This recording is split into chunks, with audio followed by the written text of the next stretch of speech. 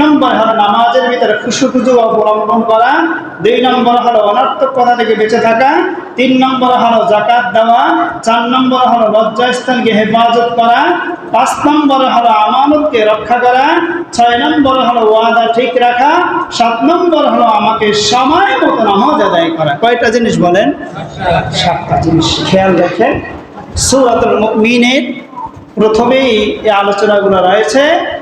আপনারা এগুলা যারা পারবেন তারা মাঝে মাঝে দেখবেন, তর্জমা দেখবেন, তাহলেই বুঝবেন।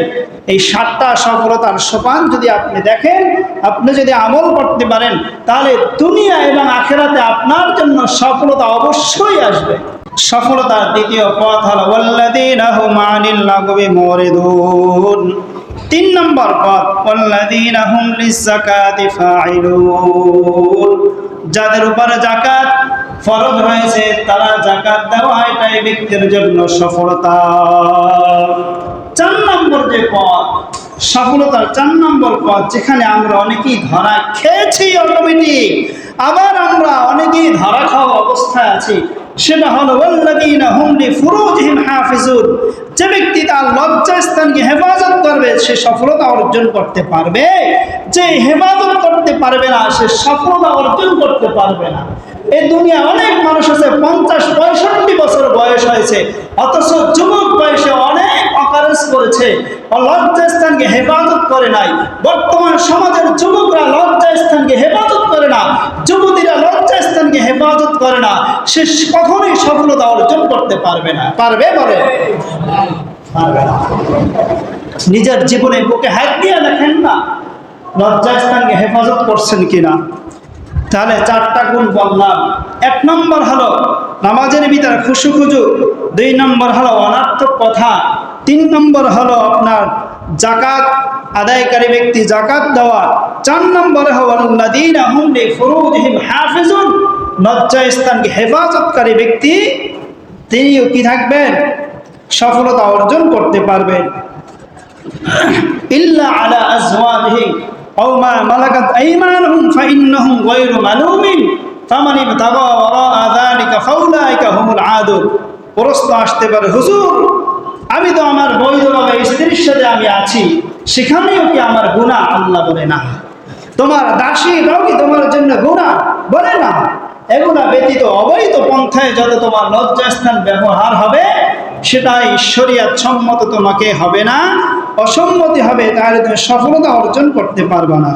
5 নম্বর হলো ফামান ইবতাগা ওয়ারাআ যালিকা ফাউলাইকা হুমুল আদুন ওয়াল্লাযীনা হুম লিআমানাতিহিম ওয়া আহদিহিম রাউন। এরপরে আপনার 5 নম্বর হলো ওয়াল্লাযীনা হুম লিআমানাত। আমানতকে রক্ষা করা। কি বলে? আমানতকে রক্ষা করা। আমানত আছে না? কথা বলেন না কেন? আমরা তো মনে করি আমার আমানত মানে আমার কাছে 1 লক্ষ টাকা দিল, এটা আমার আমানত। এটাও আমানত। এবং আপনার কাছে অনেক কিছুই আমানত আছে। এই পুরা সমাজ আপনার কাছে আমানত। আপনার ছেলে সন্তান, আপনার বিবি বাচ্চা আপনার আমানত, আপনার ইমাম সাহেব আপনার কাছে আমানত। কথা বলেন না কেন? আপনার মুসল্লি আপনার কাছে আমানত, আমার মুসল্লিরা আমার কাছে আমানত। এভাবে প্রত্যেকটা মানুষের কাছে আমানত। এই আমানত এর যদি খেয়ানত হয় তাহলে আপনি সফলতা অর্জন করতে পারবেন না। এই খেয়ানত যেন না হয়, এজন্য একে অপরের খোঁজ খবর রাখা, একে অপরকে ধরে রাস্তার ভিতরে না পিটায়, একে অপরকে কথার দ্বারা না মার দেয়, একে অপরকে হাতের দ্বারা মায়ের না দেয়, একে অপরকে কথার দ্বারা মায়ের না দেয়। কথা বলেন। শরীয়ত শুধু নামাজের ভিতরে নয়, শরীয়ত শুধু হজের ভিতরে নয়, শরীয়ত শুধু যাকাতের ভিতরে নয়, শরীয়তে এই 5টা জিনিসের সমষ্টি, এর ভিতরেই পুরো আপনার শরীয়ত। খুঁজলে দেখবেন শাখা প্রশাখায় এই 5 জিনিসের ভিতর থেকেই শরীয়ত বের হচ্ছে। মুহতারাম হাজিরিন, আমাদের সমাজে কিন্তু অনেক সমস্যা, প্রত্যেকটা সমাজে। সেই সমস্যাগুলো আমরা বুঝি না, বুঝলেও মানি না। ধরেন তাহলে এরপরে 5 নম্বর হলো আমানত। কি বলেন?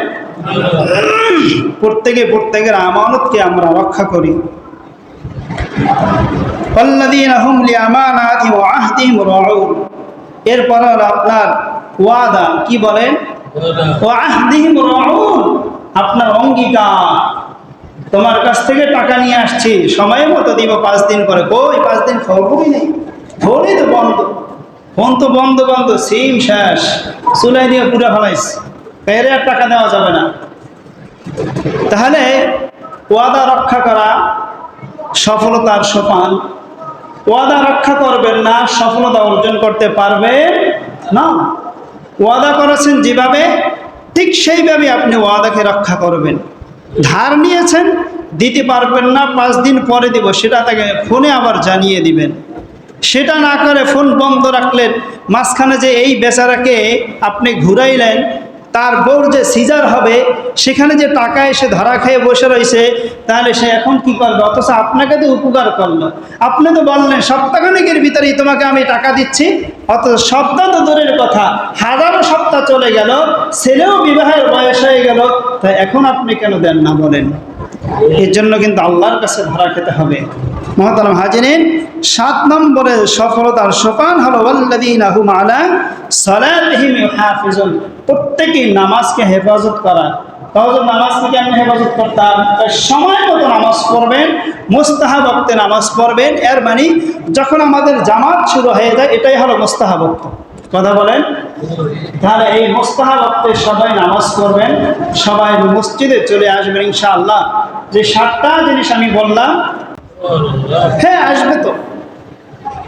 এই 7টা গুণ আপনার ভিতরে থাকতে হবে, তাহলে দুনিয়ায় আপনি সফলতা অর্জন করতে পারবেন, আর আখিরাতের সফলতা আপনার জন্য বিরাজমান।